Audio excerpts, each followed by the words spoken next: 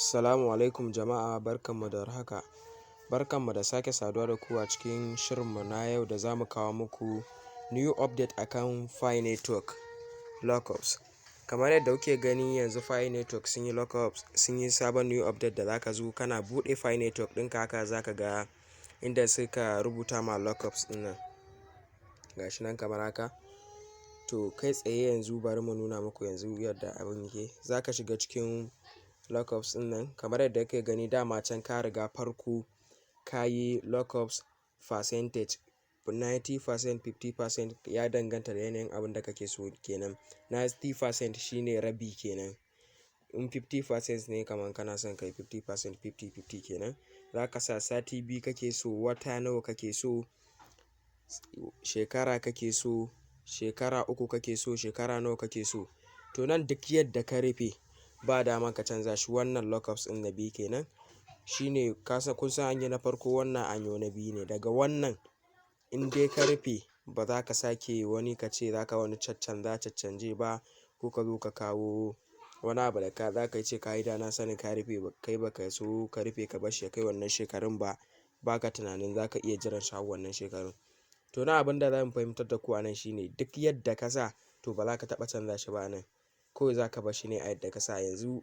In ka ga dama ka sa wata 6, in ka ga dama ka sa shekara 1, in ka ga dama ka sa shekara 3 ga nan kamar yadda kuke gani. Yanayin yadda kake son abinka ne. Duk yadda ka so za ka iya sa abubuwanka. Shekara 1 ne, sati 2 ne, wata 6 ne, wata 1 ne. Zan kuma za ka sa 50% kake so, 90% ne kake so, 100%, 200%. Boosting rate kenan abin da ake nufi.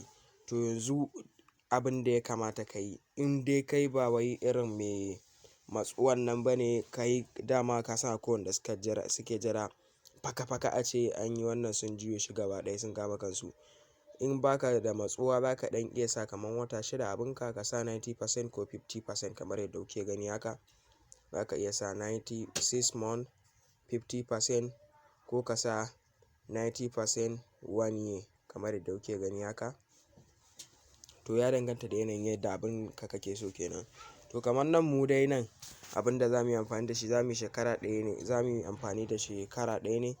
Sabida wanda za mu samu in muka tafi KYC da shi in Allah ya taimake mu muka cire KYC muka wuce KYC, wanda za mu tafi da shi in Allah da zai ishe mu ɗan yi wani amfanin da za mu yi amfani da shi kafin a ce shekara 1 ta yi.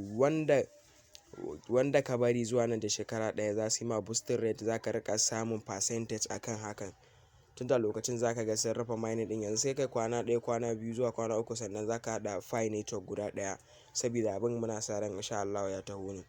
To yanzu idan ka zaɓa a nan, ka zaɓi 50% kake so, 90%, 6 months, 2 months, 1 year, 3 years.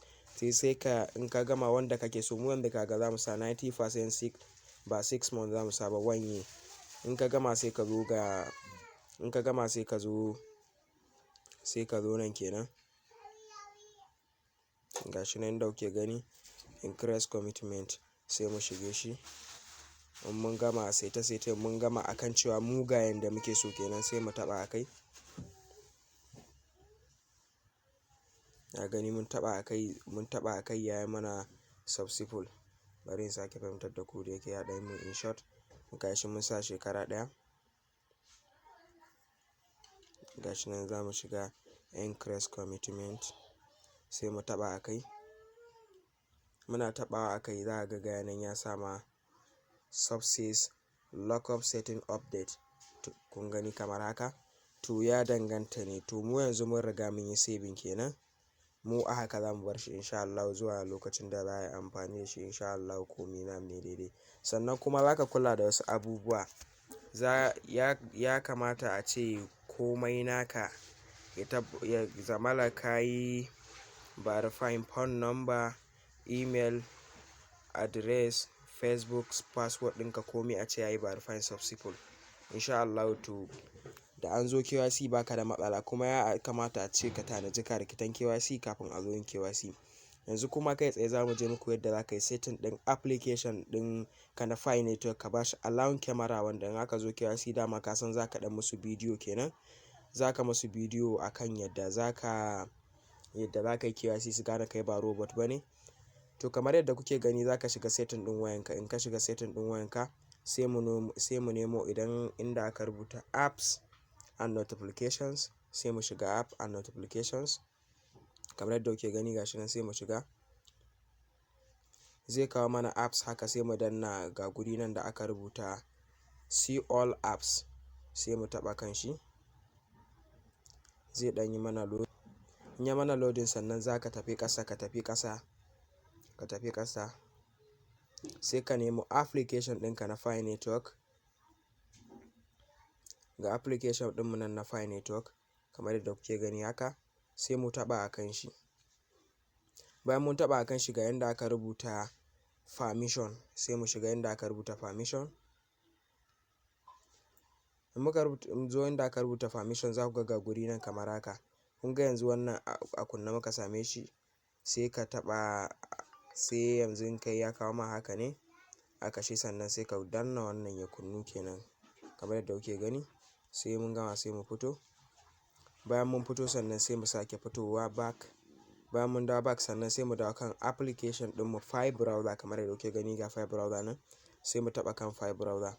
Fi browser ma sai mu shiga gurin da aka rubuta setting permission, sai mu shiga permission. Ga permission nan da aka rubuta permission sai mu danna camera allow. Ga camera allow na sai mu danna wannan camera allow ɗin. Shikenan mun danna camera allow sai mu fito.